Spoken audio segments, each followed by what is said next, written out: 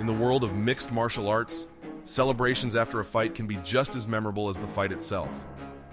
From Chuck Liddell's iconic lean back and Rampage Jackson's howl, to BJ Penn licking the blood off his gloves and Tito Ortiz's gravedigger celebration, these moments have become a part of the sport's history.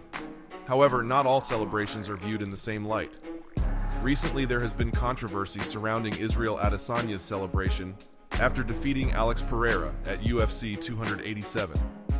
Adesanya and Pereira have a long history together, with Pereira having defeated Adesanya 3 times and knocked him out twice.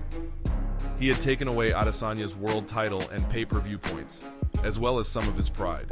As a result, Adesanya was incredibly motivated going into the fight, and he ultimately came out on top.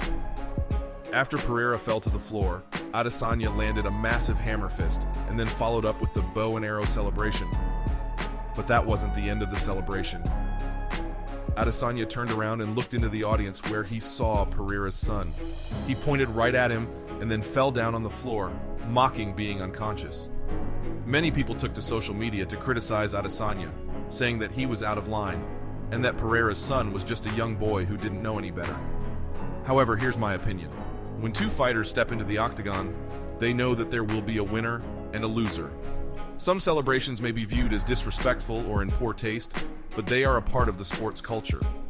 Adesanya's celebration after defeating Pereira was personal, as he had previously been knocked out by Pereira in their second encounter. At their second kickboxing encounter in Brazil, Pereira's son had mocked Adesanya, which angered him. While Pereira's son is just a child and may not understand the seriousness of the sport, Adesanya felt justified in his actions. It is not up to anyone to tell Alex Pereira how to raise his son, but perhaps he could have had a conversation with him about the protocol and seriousness of the sport. He could have had a word with his son and say, "Hey, don't do that, don't mock somebody that's been knocked out unconscious. Maybe you owe Israel Adesanya an apology."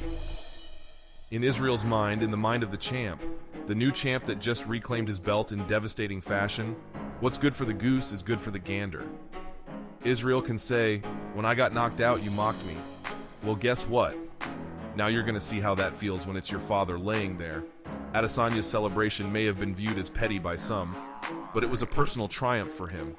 He had just reclaimed his belt in devastating fashion and had overcome a man who had beaten him 3 times before. This was Izzy's boogeyman, and he finally knocked out Alex Pereira and reclaimed his title back.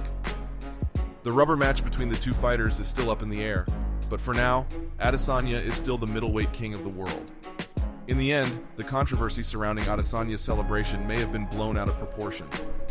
While some may view it as crossing the line or in bad taste, it was a personal moment for Adesanya that topped off one of the most memorable nights in UFC history. As for whether or not the celebration was justified, that is up to each individual to decide. Let me know in the comments. Subscribe and ring the bell. Until next time.